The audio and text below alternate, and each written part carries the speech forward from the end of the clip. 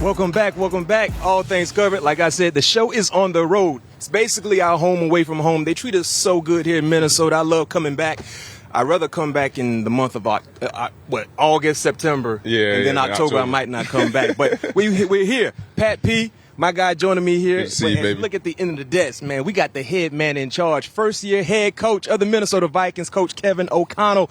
Coach, number one, thank you for joining us. How you doing? How you feeling? Oh, great having you guys out here. I fully expect you to be out here December 22nd, right out here on the patio here. But awesome to have you here. We got such a beautiful facility. One of our great players, obviously doing something like this. I jump at the opportunity. Proud of this guy, both for what he's been for me as a first-time head coach, but also all the other things he's got going on while still being focused on his task at hand here. Great to have you guys. Great to be with you, Pat P. And fired up, man. No doubt. Oh, no doubt about it, Coach. So we're going to jump right into it. What has been the best moments of camp so far for you? Well, outside of the Gerard Johnson, Blake Prohl singing competition. That was a pretty good one. How was that? What did they sing? Oh, man. Go ahead, Coach. Gerard won the championship with some Chris Stapleton. And if you think this is just like some training camp, ha-ha, guys singing, like people booing them off the stage, absolutely not. Blake and Gerard. I think Gerard's on Spotify. Check him out. Okay. Never thought I'd get one of those shout-outs for one of my coaches. Tell them about the voting deal. Yeah, and we had 3 rounds, right? First one, it was kind of like I felt like I was up there running running a contest. Give me some noise for Gerard. Give me some noise for Blake. And I felt like it was a little biased for the player, Blake Prohl, as it probably should be. So then the next one, we got the coaches all down in the front for some more noise. We might have pumped in some artificial noise. So I said, you know what, we're going technology for the final.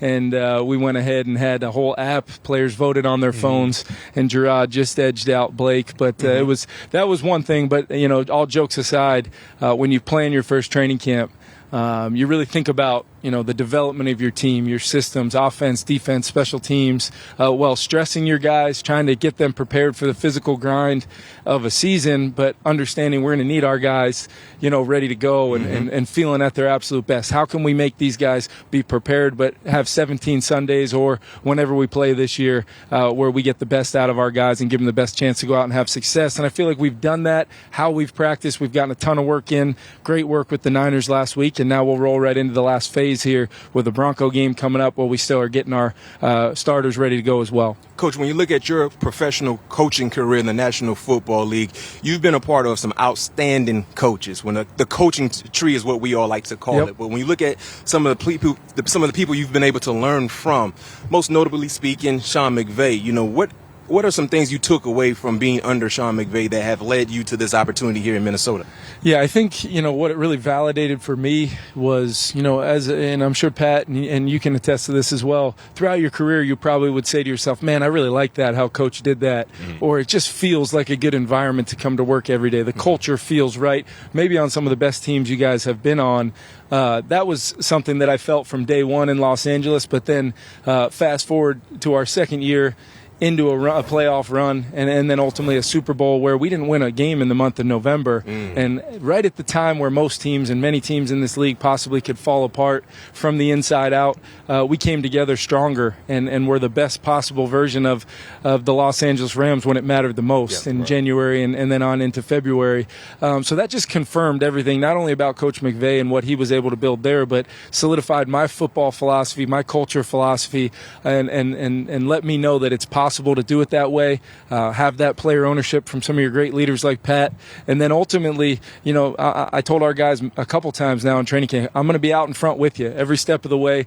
We're going to hit adversity, but just know we're in this together. And it might sound like coach speak, but when you actually experience it and then you overcome adversity and win a Super Bowl, it's concrete in my mind that this is our way here. We're going to be a little bit different than we were in LA, but ultimately, that foundation and that influence, just like a lot of the influences of some of the other guys that I coached and played for are with me as well. Where do you keep your Super Bowl ring, and how often do you look at it?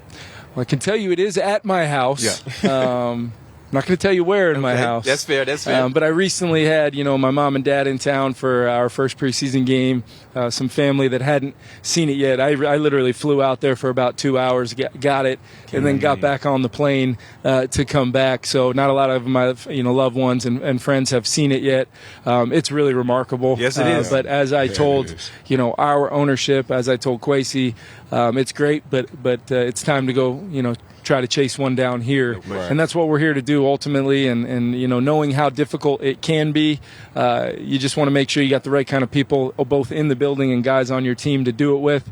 And I feel like we definitely have that as a starting point for what's going to be our 2022 season. Now we just got to really roll through one game at a time, that ultimate cliche, but this league is too hard to be looking down the road, when you got a really good opponent from our division staring right at us September 11th. Yeah. And Coach, what were your expectations going on the coaching circuit?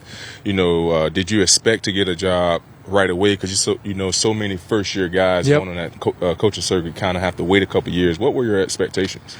Yeah, I really had none. And I think one of the really cool things for me was I didn't really get a lot of prep time. It's not like one of those things where they give you a little tap on the shoulder during training camp and say, hey, right about December 20th or right about January 10th, we're going to talk to you about running your own team somewhere. So make sure you're ready. They don't do that. I'm sure there's a lot of coaches that have gone through the interview process before that are prepared with materials and things like that. What was great for me, if deep down inside I had any questions about me being ready or not, it was answered because I just showed up and I felt prepared because of some of those influences and the great players I've been able to be around. And then, when you get a question like, hey, what's your football philosophy? When it comes to you and you don't have to read it in a book or have it in a binder, when it comes to you naturally, that's checking one box. And then when you talk about culture and building foundations of people being in a positive environment and being the best versions of themselves, and that just comes to you as well, there's going to be many challenges, and there already have been with this job. But ultimately I felt prepared because of how prepared, even without the time to prepare for those interviews, if that makes any sense, that I ultimately felt. So that momentum from that process has led into being around great people in this building and just trying to become a better version of myself on a daily basis. Make no mistake, I'm learning things every day of how I can be better, how I could coach better, lead our coaches better. But I'm having a blast and very much looking forward to the challenge of this season. Did you see this as the best job out there suited for your play calling or your style of play, per se? First and foremost, I saw it as a great opportunity because of the players that were already here. Obviously, on offense and defense, you can go down the list of great experienced players that I get to coach that have been around a lot of really good football in this building and been around a lot of really good coaches, had success, dealt with some adversity. We've had a great leadership group from day one. You're a part of it, Pat. You know that. Where I thought this job was special for a lot of reasons, and then I got a chance to meet our owners and the Wolf family and just how great of a group, how supportive of a group they are. We have every resource that we need, both with our roster and obviously with this great building and our great stadium at US Bank. So you look at that, and then the last element of that was Kwesi. And knowing that deep down inside I truly believe this, there's really not another person in this league I would want to be paired up with to kind of work side by side every day as we try to build something here. And talking about the personnel, Coach, you left one great receiver and you walked into another situation with another great receiver. And leaving Cooper Kupp, now you're with Justin Jefferson. Talk us through some of the similarities you see between both pass catchers and some of the differences. Yeah, I think, the number one thing that I think of when I think of Cooper Kupp is just, above his work ethic and all the great physical talent is his instincts to just understand the little nuances of running routes and the natural ability to just understand how to find voids and vacancies within coverages without necessarily needing to have it put on paper for him. Then you pair him with a quarterback like Matthew, and their ability to connect the way they did was just, really generational. Special moment as far as Cooper's production, Matthew's ability to come in year one and run that offense the way he did. So you leave there and you think to yourself, okay, how can I recreate this? How can I develop this between Kirk and Justin and really Adam as well? Then you get here and you meet Justin and you realize, gosh, not only is he hungry to be great, he's got some of those traits. The game makes sense to him. Yeah. And I think that's a quality that sometimes gets underrated in this fantasy football world we live in when it's about catches and yards and touchdowns, rightly so. But the game makes sense to Justin. He wants to be great. He loves to play the game, and he works his tail off every day to do it. So all the success early on in his career doesn't surprise me. I'm just excited he's on our team, and we get to have him on our offense. No doubt. And coming from the Rams, one thing we all know about Sean McVay, his memory is top notch, right? And I'm pretty sure you got examples of that almost daily with him. Yeah. But we're going to test your memory. Put him to the We're going test. to test your memory. Can you name the 4 quarterbacks that were taken ahead of you in the 2008 draft? I think I can. I think it was Joe Flacco, Matt Ryan. I want to say, was it Chad Henne and Brian Brom? You got it? Yeah. You got it. I might be able to keep going down the list, too, because I thought I was going to get drafted after those guys. Right. Anyone else? Anyone else that you can think of? Oh, man. I do remember John David Booty. Yep. Andre Woodson. There was a few others as well, but I just remember being in the line with all those guys at the combine. You guys remember getting worked all over Indianapolis, Yes, sir. between the medical and the evals, the interviews. I do remember, me standing there just hoping that, they didn't point me out and say, hey, we need your credential, man. It's time to go. and Coach, talking about the quarterback, man, the most recent news coming from Minnesota, you guys made an unexpected trade for Nick Mullens coming from the Raiders. Talk about the backup quarterback position behind Kirk Cousins. What do you foresee happening in regards to that position? Yeah, I think the biggest thing that talking to Kwesi, and I give his staff and obviously Kwesi a lot of credit for, they're constantly trying to find ways of just making our roster as competitive as possible. And the quarterback position tends to get a lot of headlines, rightly so. We feel great about our starter. Kirk's had a phenomenal training camp. Pat can attest to that. Every single day getting better and better and stacking really good days on really good days. Those guys behind Kirk, both Sean and Kellen, have had really strong camps as well. Great moments here and there. But what we really felt was it's an opportunity here with 1 week left to just add an experienced player with a skill set that I think fits with what we do here. A guy that's played and been a starter in 17 games before, had a production in those games, and we can throw him in the mix with those guys and really see just how it all kind of comes together. The quarterback room is very important to me, both obviously on the field, the production we expect from all the guys that ultimately make our team, but also that room itself. That organic culture of those guys, preparing week in and week out. Those guys get in early, they stay late. Ultimately, we want a room that supports one another, supports Kirk as our starter, but at the same time, we've got, possibly 1 or 2 other guys that can make our team and be a part of it that, will help us win if called upon. Yeah. Coach, before we let you go, we're going to transition to the superlative part of our show. Right? Okay. We're going to hit you with rapid-fire questions. We want your honest, unbiased answer. Golly, all right, Pat, you got the first one? I got the first one. Favorite away stadium you played or coached at?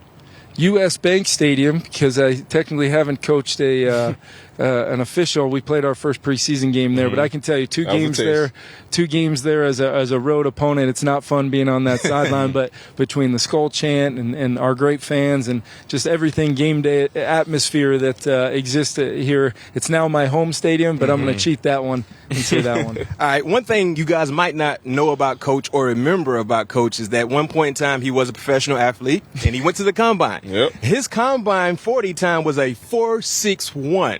Coach, right now, if you had to run the 40, how fast would you run? You know what? I might not survive much past 40 yards. It might be 41, 42, 43 where the hammy blows out or the calf goes, but I think I could still break 5. Okay. I think so, too, because you ran 4.6 not too long ago. I think I can still, just the long strides are helpful. Let me have a couple extra cup of coffee, a couple cups of coffee, and maybe I fire out the gates and get in the 4.9s maybe. Is it safe to say if all the head coaches in the National Football League decided to get in the foot race, you would be first? See, I got to think about that because there's only one coach younger than you. That's Sean, right? And I think Sean, I think I've literally seen him pull a calf before, covering a guy in routes on air. So I would be hedging on the fact that he's been a head coach longer than me, more stress, a little more tension in the muscles. Maybe he pulls up and I edge him at the finish.